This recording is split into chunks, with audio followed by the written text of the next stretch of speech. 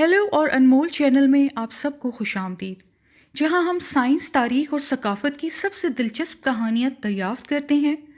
आज हम 20वीं सदी के सबसे बड़े राज के बारे में बात करने जा रहे हैं। जी नाज़रीन, एल्बर्ट आइंस्टाइन के मरने के बाद इनके दिमाग का क्या हुआ? जैसे कि आप सब जानते हैं कि एल्बर्ट आइंस्टाइन एक बासलाहियत शख्स थे जिन्होंने अपनी theory of reality, quantum mechanics और कॉस्मोलॉजी से तिब्बियात में इनकलाब बर्पा किया। वो नोबेल इनाम याफ्ता, अमन पसंद और इंसान दोस्त भी थे। वो बड़े पैमाने पर अब तक के सबसे ज़्यादा बाअसर लोगों में भी शुमार किए जाते हैं। लेकिन क्या आप जानते हैं कि उनका दिमाग उनकी मर्जी के बगैर उनके जिस्म से निकाल दिया गया था और उसे एक पैथोलॉजिस्ट ने कई दहाइयों तक एक जार में रखा था, जो उनकी जहानत के राजों से पर्दा उठाना चाहता था। इनके दिमाग के कुछ हिस्सों को काट कर दुनिया भर के मुख्तलिफ मुहक्किकीन में तकसीम भी किया गया, जिनमें से कुछ ने दावा किया कि उनके दिमाग की साख्त में गैर मामूली चीज़ें पाई जाती हैं। आज की वीडियो में हम आपको ये नाकाबिले यकीन कहानी बताएंगे कि एल्बर्ट आइंस्टाइन के दिमाग को किस तरह चोरी किया गया, उसको अलग किया गया, उसे महफूज भी किया गया और उसका मुताला भी किया गया, और हमने इससे क्या सीखा। नाज़रीन, आइंस्टाइन का दिमाग अब कहाँ है और क्या ये वाकई उसकी जहानत की कलीद रखता है? ये जानने के लिए वीडियो को इख्तिताम तक ज़रूर देखिएगा। एल्बर्ट आइंस्टाइन का इंतकाल 18 अप्रैल 1955 को 76 साल की उम्र में न्यू जर्सी के प्रिंसटन यूनिवर्सिटी मेडिकल सेंटर में हुआ। वो पेट के अमराज का शिकार थे। खून की नाली में बल्ब जो फट सकता था और अंदरूनी खून बहने का सबब बन सकता था। उन्होंने ये कहते हुए सर्जरी से इनकार कर दिया कि वो इज्जत के साथ मरना चाहते हैं। उनकी ख्वाहिश के मुताबिक उनकी लाश को जलाया गया और उसकी राख नामालूम मकाम पर बिखेर दी गई। तहम उनके ख़ानदान और दोस्तों के इल्म में उनके जिस्म के साथ दिमाग को नहीं जलाया गया था। इसे थॉमस हार्वी नामी पैथोलॉजिस्ट ने हटाया, जिसने आइंस्टाइन के पोस्टमार्टम की निगरानी भी की थी। नाज़रीन, हार्वे को अपना दिमाग लेने के लिए आइंस्टाइन की उसके ख़ानदान से कोई पेश की इजाज़त नहीं थी। बाद में उसने दावा किया कि उसने साइंसी तजस्सुस की वजह से इस तहरीक पर अमल किया था। उसने ये भी कहा कि उसने हकीकत के बाद माहिर तिब्बियात के बड़े बेटे से ज़बानी रजामंदी हासिल की थी। तहम इस दावे को बाज़ ज़राए ने मुतनाज़ा करार दिया था। नाज़रीन, हार्वे ने आइंस्टाइन के दिमाग का वज़न 1230 ग्राम किया, जो कि एक आम इंसानी रेंज में है। इसके बाद वो दिमाग को यूनिवर्सिटी ऑफ पेंसिल्वेनिया की लेबॉरेटरी में ले गया, जहां इसने इसे तकरीबन 240 टुकड़ों में तकसीम किया और इसे स्प्लाइडन में महफूज कर लिया, जो प्लास्टिक की तरह का मवाद है। इसने दिमाग को काटने से पहले कई जावियों से उनकी तस्वीर भी ली। नाज़रीन, हार्वे को उम्मीद थी कि आइंस्टाइन के दिमाग का मुताला करके वो अपनी गैर मामूली जहानत का सुराग हासिल कर सकेगा। उसका ख्याल था कि आइंस्टाइन के दिमाग में जिस्मानी इख्तलाफात हो सकते हैं जो उसकी जहानत की वजाहत कर सकते हैं। वो अपने नताइज को साइंसी बरादरी के साथ बांटना भी चाहता था। ताहम हार्वे को अपनी तलाश में कई चैलेंजेस का सामना करना पड़ा। सबसे पहली बात यह थी कि उसने न्यूरोटॉनमी या न्यूरोफिजियोलॉजी में कोई बाकायदा तरबियत नहीं ली थी। वो दिमागी तहकीक का माहिर भी नहीं था। उसके पास जदीद तरीन आलात और तकनीकों तक भी रसाई नहीं थी जो सलमाती सतह पर दिमाग का तज्जिया कर सकें।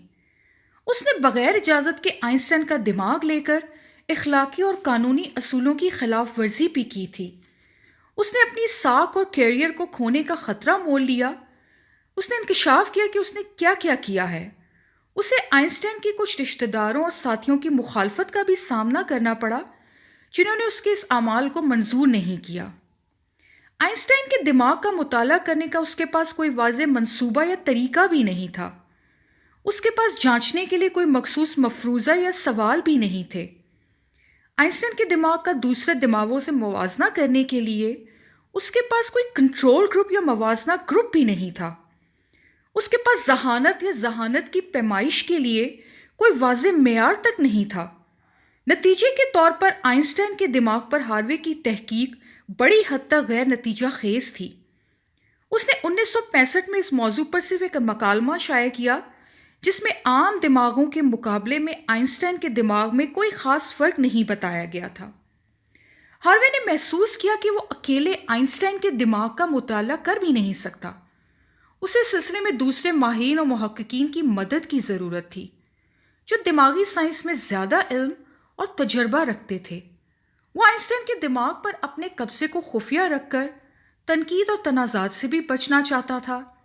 اسی لیے ہاروے نے آئنسٹائن کے دماغ کے کچھ حصے دنیا بھر کے مختلف سائنسدانوں میں تقسیم کرنے کا فیصلہ کیا جنہوں نے اس کی جانچ میں دلچسپی ظاہر کی۔